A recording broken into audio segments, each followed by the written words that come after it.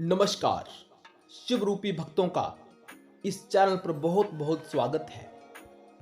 भक्तों, इस वीडियो के माध्यम से हम आपको बताने वाले हैं कि कथा में कौन से कृत्य करने पर क्या क्या फल प्राप्त होता है। भक्तों, जो कृत्य मैं आपको इस वीडियो के माध्यम से बताने वाला हूं, उन कृत्यों को भूलकर भी कथा में नहीं करना चाहिए, अन्यथा हमारा नाश हो सकता है। तो वीडियो ध्यान पूर्वक देखना ताकि हमारे द्वारा बताई गई एक एक बात आप धारण कर सकें।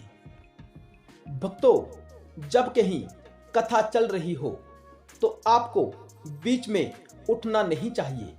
अगर आप चल रही कथा के बीच में ही उठ जाते हैं तो आप अपनी संपत्ति नष्ट कर देंगे। जो कुछ भी आपने संपत्ति रूप में इस जन्म में अर्जित किया होगा वह आपका नष्ट हो जाएगा। इसलिए हमें कभी भी चलती हुई कथा में से ऐसे नहीं उठना चाहिए। भक्तों, दूसरा कृत्य है कि हमें कभी भी सिर पर पगड़ी धारण करके कथा को नहीं सुनना चाहिए। भक्तों, जो ऐसा करता है उसके कुल का नाश हो जाता है, उसके घर में पापी पुत्र पैदा होता है जो कुल को कलंकित कर देता है। इसलिए हमें कभी भी सिर पर पगड़ी धारण करके कथा का श्रवण नहीं करना चाहिए। भक्तों, तीसरा कृत्य कि जब हम खाते खाते कथा सुनते हैं तो भक्तों, मृत्यु के बाद यमदूत हमें गंदगी खाने पर विवश करते हैं और हमें गंदगी खानी पड़ती है। भक्तों, इसलिए कभी भी जब भी हम कथा का श्रवण करें तो हमें भोजन नहीं करना चाहिए। भक्तों, चौथा कृत्य है कि हमें कभी भी ऊंचे आसन पर बैठकर कथा का श्रवण नहीं करना चाहिए। अगर हम ऐसा करते हैं तो अगले जन्म हमारा कौवे का होगा, हम काक योनि को प्राप्त हो जाएंगे। भक्तों, इसलिए कभी भी ऊंचे आसन पर बैठकर कथा श्रवण नहीं करना चाहिए। भक्तों, हमें कभी भी लेटकर कथा नहीं सुनना चाहिए। अगर हम ऐसा करते हैं तो अगला जन्म हमारा अजगर की योनि में होता है, यानी अगले जन्म में हम अजगर बन जाते हैं। यह सत्य है, सत्य है, सत्य है।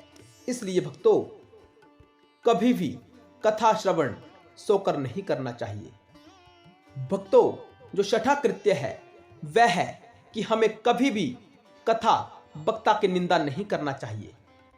जिसके माध्यम से हम कथा का श्रवण कर रहे हैं उसकी निंदा कभी नहीं करनी चाहिए। अगर हम ऐसा करते हैं तो हमारा अगला जन्म कुत्ते का होगा। भक्तों, यह सत्य है, सत्य है, सत्य है। भक्तों, सातवां कृत्य है कि हमें कथा के बीच कभी गलत बात नहीं करनी चाहिए। अगर हम ऐसा करते हैं तो अगला जन्म हमारा गधे की योनि में होगा, यानी अगले जन्म में हम गधा बन जाते हैं। भक्तों, अगर हम कथा के बीच में गलत बातें करते हैं, हमें ऐसा नहीं करना चाहिए। भक्तों, आठवां कृत्य है कि अगर कथा में बैठकर भी हम कथा का श्रवण नहीं करते हैं तो अगला जन्म हमारा सुअर की योनि में होता है, हम सुअर बन जाते हैं। यह सत्य है। भक्तों, जो नवा कृत्य है वह है कि हमें कथा में कभी भी विघ्न नहीं डालना चाहिए। अगर हम ऐसा करते हैं तो अगला जन्म हमारा सुअर का होगा, यह भी सत्य है। भक्तों, यह सब बातें हम अपने मन से नहीं कह रहे, ऐसा शिव महापुराण में विवरण मिलता है। भक्तों, जो भी इन नियमों का पालन नहीं करता है भक्तों, उसके साथ बुरा ही होता है, उसके साथ अशुभ ही होता है, शुभ कभी नहीं होता। शिव महापुराण कोई साधारण पुराण नहीं है भक्तों, यह महापुराण है जिसमें आत्मा का जिक्र किया जाता है।